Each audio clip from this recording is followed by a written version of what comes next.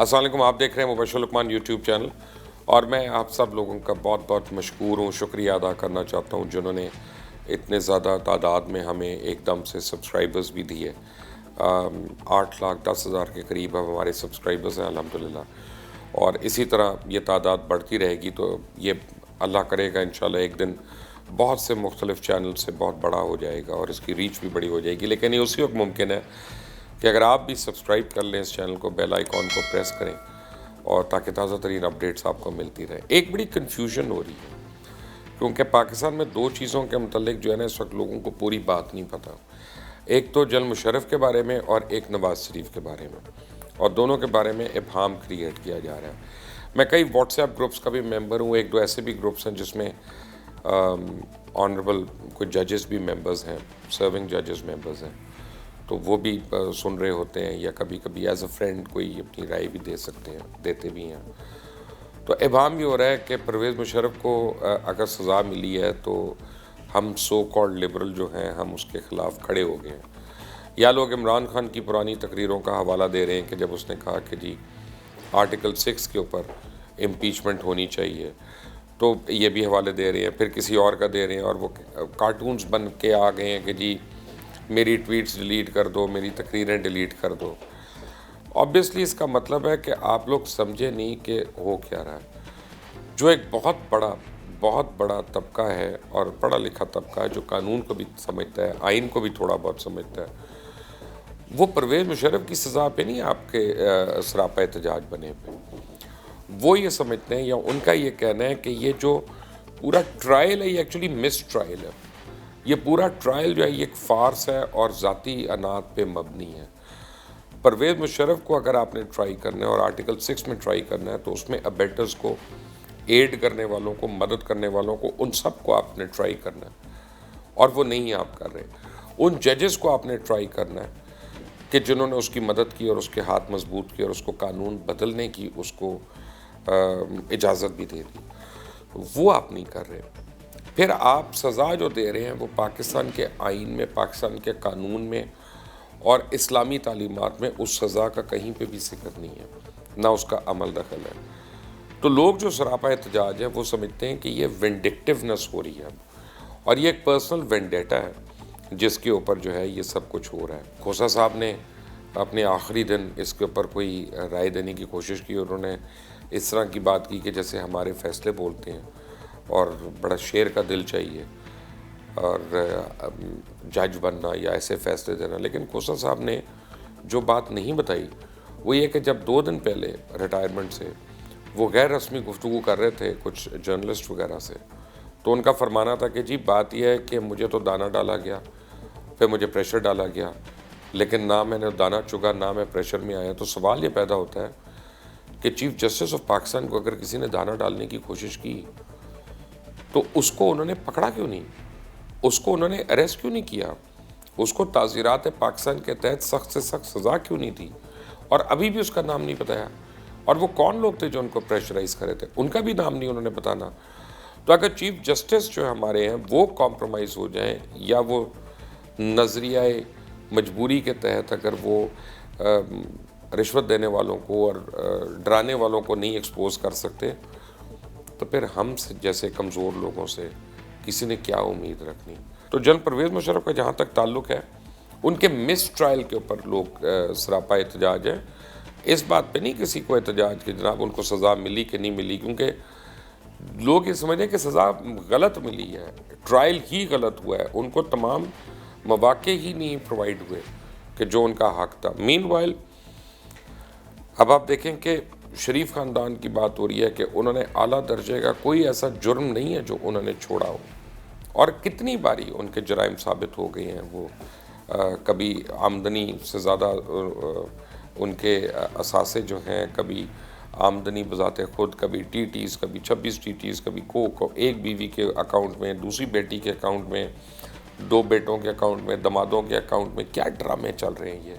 اور کون سے کبھی وہ مریم صفدر جو ہے انٹرویو دیتی کہتی ہیں لنڈن تو کیا میری پاکستان میں کوئی جائیداد نہیں ہے، 2 مہینے کے بعد انٹرویو آتا نہیں میری 1 ارب کی ہے، پھر پتہ چلتا ہے پتہ نہیں کتنے اربوں کی ہے اور کیا۔ کبھی کیلیبری فرانٹ کی چوری کر رہے ہیں اور اپنے آپ کو معصوم ثابت کر رہے ہیں، کبھی جعلی خط آ رہا ہے قطر کا اور اپنے آپ کو معصوم ثابت کر رہے ہیں۔ را کے ایجنٹ میاں صاحب کی شوگر مل سے پکڑے گئے، 1 یا 2 نہیں، 40 کے قریب، اس کے اوپر کوئی نہیں بول رہا، اس کے اوپر آرٹیکل 6 خاموش ہے، لیکن باقی چیزوں کو اتنا گڈمڈ کر دیا۔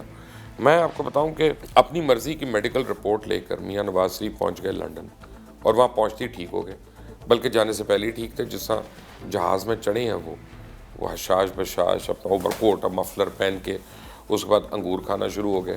ایک شوگر کا مریض، ایک ڈائبیٹک اتنا سیویئر، وہ جاتی بیٹھتی انگور کھانا شروع ہو گیا۔ اس کے بعد وہ کوئی ایمبولنس وغیرہ نہیں، کسی ڈاکٹر یعنی باہر کا ہم نے نہیں دیکھا اسے ایئر ایمبولنس میں، وہ ایئر ایمبولنس تھی نہیں، کہ ڈرامہ تھا۔ قطر والوں کا ایک پرائیویٹ پلین تھا گلف سٹریم، جس میں وہ گئے، اتر کے وہ پورا ہیدرو چل کے آئی ہیں، اور اپنے بیٹے کو جس طرح ملے، یعنی اپنی بیگم کی وفات کے بعد پہلی باری اس کو ملے۔ وہ لڑکا اپنی ماں کے مرنے کے بعد اپنے باپ کو مل رہا ہے جو جیل سے نکل کے آ رہا ہے، اور دونوں ایسے ملے ہیں کہ پارٹی ورکر زیادہ گرم جوشی سے ملتا ہے، جو پارٹی کا نارمل ورکر ہے وہ زیادہ گرم جوشی سے ان کو ملتا ہے۔ بہرحال اب سوات میں نون لیگ نے جلسہ کیا، تو احسن اقبال نے سب کا سب کریڈٹ، ہر چیز کا دنیا کا جو ہے نا، وہ میاں نواز شریف کے پیٹے میں ڈال دیا۔ احسن اقبال کا تو بس نہیں چل رہا تھا کہ وہ یہ بھی کہہ دیں کہ جی ٹی روڈ جو ہے شیر شاہ سوری نے ضرور بنائی تھی، لیکن شیر شاہ سوری کو خواب میں میاں صاحب ہی آئے تھے اور انہوں نے اس کو کہا تھا کہ کس طرح بنانی ہے، تب وہ جی ٹی روڈ بنی تھی۔ ہر چیز کو اتنا ایگزیجریٹ کرتے ہیں، اور سڈنلی اب آپ دیکھیں، وہ لگتا ہے مریم بی بی کا ٹویٹر اکاؤنٹ ہی ہیک ہو گیا۔ اتنے عرصے سے ٹویٹ ہی کوئی نہیں آئی جب سے ابا جی گئے ہیں باہر۔ مودی نے کیا کیا کر لیا، مجال ہے کہ مودی کے خلاف مریم کی ٹویٹ آئے۔ میں اس ویڈیو کے تحت چیلنج کر رہا ہوں تمام نون لیگ کو کہ مریم صفدر کو کہنا کہ اتنے ہزاروں مسلمانوں کا قاتل جو ہے اس کو برا کہیں، یا اس کو کنڈیم کریں، یا کہیں کہ مودی مسلمانوں کا قاتل ہے، گجرات کے مسلمانوں کا قاتل ہے، کشمیر کے مسلمانوں کا قاتل ہے، آسام کے مسلمانوں کا قاتل ہے، ناگالینڈ کے مسیحیوں کا قاتل ہے، منی پور کے جو ماؤس ہیں ان کا قاتل ہے۔ نہیں بولیں گی۔ کیوں نہیں بولیں گی؟ کیونکہ وہ پاکستان دشمن ہے، اور پاکستان دشمن کے خلاف تو نہیں بولنا، پاکستان دوست کے خلاف ضرور بولنا ہے انہوں نے۔ چلے مریم کو چھوڑ دیں ایک لمحے کے لیے، وہ تو شاید بیل کا انتظار کر رہی ہیں۔ پورے خاندان جو باہر بیٹھا ہوا ہے، پوری لیڈرشپ جو باہر بیٹھی ہوئی ہے، وہاں کھانے کھا رہے ہیں میریٹ ہوٹل کے نیچے کیفے میں، وہاں پہ روز اپنا جب ملاقاتیں ہوتی ہیں، کافیز بھی ہوتے ہیں، سینڈوچز بھی ہوتے ہیں، وہ ٹیرا میسو بھی کھا رہے ہیں، اور وہاں پہ بلیک فارسٹ کیک بھی کل منگایا ہوا تھا، وہ سب کچھ کھا رہے ہیں۔ مودی کو نہیں کچھ کہہ رہے، کشمیر کے لیے نہیں کچھ کہہ رہے ہیں، بس جنرل سی سٹیٹمنٹ دیں گے ہم کشمیریوں کے دکھ میں شریک ہیں۔ بتائیں کون سا دکھ، کس نے دیا وہ دکھ، اس پیل آؤٹ کریں اور اس آدمی کو دیں، کوسیں اس آدمی کو کہ تم نے کشمیری بہن بھائیوں پہ یہ ظلم کیا ہے۔ لیکن نہیں، ایسا نہیں کریں گے۔ ایسا لگتا ہے کہ شریف خاندان نے فی الوقت سیاست کو خیر بات کہہ دیا، کیونکہ اب وہ آئیں گے الیکشن سے پہلے، اور ایک دم جیسے آپ نے بچپن میں کہانی پڑھی ہوگی رپ وین ونکل کی، 20 سال سوتا رہا تھا، اور 20 سال کے بعد وہ اٹھا تو اس کو پتہ ہی نہیں تھا 20 سال پیچھے کیا ہو گیا۔ یہی شریف خاندان کا لگ رہا ہے، الیکشن سے 2 مہینے پہلے آئیں گے اور ہر چیز پہ معصوم بن جائیں گے، اور پھر ان کے خلاف ہو جائے گا کہ جی انہوں نے جمہوریت کے لیے یہ کیا، اور جمہوریت کے لیے یہ کیا، یہ آئین کی سالمیت کے لیے یہ قربانی دی اور وہ قربانی دی۔ قربانیاں بھی آپ دیکھ رہے ہیں ہیرڈز میں اور سیلفریجز میں۔ ایک رات کسی ہسپتال میں نہیں گزاری میاں نواز شریف نے، 4 ہفتے کی ڈیڈ لائن ختم ہو گئی اب، جتنی کی پے رول تھی وہ ختم ہو گئی۔ ایک رات کسی ہسپتال میں نہیں گئی ہیں، لیکن ڈاکیومنٹس بن کے آ جائیں گے اب کہ یہ بیماری، یہ بیماری، یہ بیماری۔ آپ کو بھی پتہ ہے، مجھے بھی پتہ ہے کہ پیسہ بولتا ہے، پیسہ دے، پھینک اور تماشا دیکھ، اور وہ تماشا دیکھ رہے ہیں۔ بس کارکنوں کو دلاسا دے جا رہے ہیں، اب کارکن بھی ان کے بدل ہو گئے۔ نواز لیگ کے کارکن جو ہیں وہ اب ہم سے سوال پوچھتے ہیں کہ جی میاں صاحب نے آنا ہے، مریم بی بی کچھ بولے گی، حسن یا حسین آئیں گے؟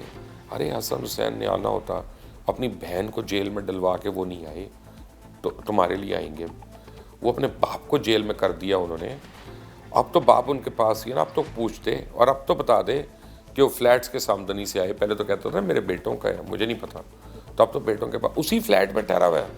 یعنی بے شرمی کی بھی ایک حد ہوتی ہے، کہیں تم ایک قلعہ بدل لو اپنا، نہیں وہ نہیں کرنا. اب دیکھیں نا، میاں صاحب باہر، خادم اعلیٰ باہر، خادم اعلیٰ کی بیگمات باہر، خادم اعلیٰ کے بچے باہر، داماد باہر، میاں صاحب کے بیٹے باہر، دوسری بیٹی باہر، داماد باہر، بہویں باہر، اب یہ بیٹی یہ بھی باہر جا رہی ہے اور یہ عن قریب باہر جا رہی ہے. شیخ رشید نے یہ بتا دیا ہے. شیخ رشید بڑے زیرک سیاستدان ہیں، ہمیشہ اندر کی بات لاتے ہیں. چڑیل نے میری بتایا کہ شیخ صاحب کی خبر بڑی پکی ہے، اس کو نظر انداز نہ کرنا. اور مریم اب فروری کے مڈل میں جو ہے، جنوری کے آخر میں یا فروری کے مڈل میں یہ بھی لنڈن ہوگی. اب یہ ڈیل ہے یا ڈھیل ہے یہ تو مجھے نہیں پتا، لیکن یہ پاکستان کے عوام کی ڈیفینیٹلی محبت نہیں ہے. اور یہ خاموشی تب تک رہے گی جب تک پاپا پاس نہیں جاتی مریم. پاپا کے پاس جائے گی اور ٹویٹر ایک دم گرم ہو جائے گا، ٹویٹر ایکٹیو ہو جائے گا. عوام کا وزیر اعظم جو ہے، آج اس کے دل میں دھڑکن ہوئی. عوام کے وزیر اعظم کے آج دل میں نا ابال آیا. عوام کے وزیر اعظم کے دل کا خون جو ہے وہ سرخ رنگ کا ہے اور وہ عوام کے لیے سرخ ہو گیا. عجیب عجیب ڈرامائی قسم کی ٹویٹس آئیں گی. سمجھ لیں کہ یہ لٹیرے ہیں اور آپ لوگوں کو انہوں نے لوٹا ہے. اور جب تک لوٹنے والا جو ہے وہ لوٹنے والے کو اس کا انتظار کرے گا تو کبھی بھی اس کے اپنے حالات بہتر نہیں ہوں گے. پاکستان بہت خطرناک وقت سے اس سے گزر رہا ہے. اس کی تفصیلات تو میں مزید آپ کو بتاؤں گا ہی، تو اگلے دن، کل کے دن، پرسوں کے دن. لیکن پہلے اپنے ہاتھ میں اپنے ملک کی بھاگ دوڑ پکڑیں اور اپنے فیصلے کرنے کی عقل اور صلاحیت پیدا کریں. پاکستان ہے تو ہم سب ہیں. اللہ تعالیٰ اس ملک کو جس نے لوٹا اس کی عبرتناک اینڈ کرے. جس نے اس ملک کو لوٹا اللہ اس کا عبرتناک اینڈ کرے. میں تو یہ دعا کروں گا. آپ اگری کرتے ہیں تو آپ میری اس چھوٹی سی دعا میں شامل ہو جائیں اور بیل آئیکن ضرور پریس کریے گا، سبسکرائب کا بٹن ضرور دبائیے گا تاکہ تازہ ترین ویڈیوز اور اپڈیٹس آپ کو ملتی رہے. اللہ حافظ.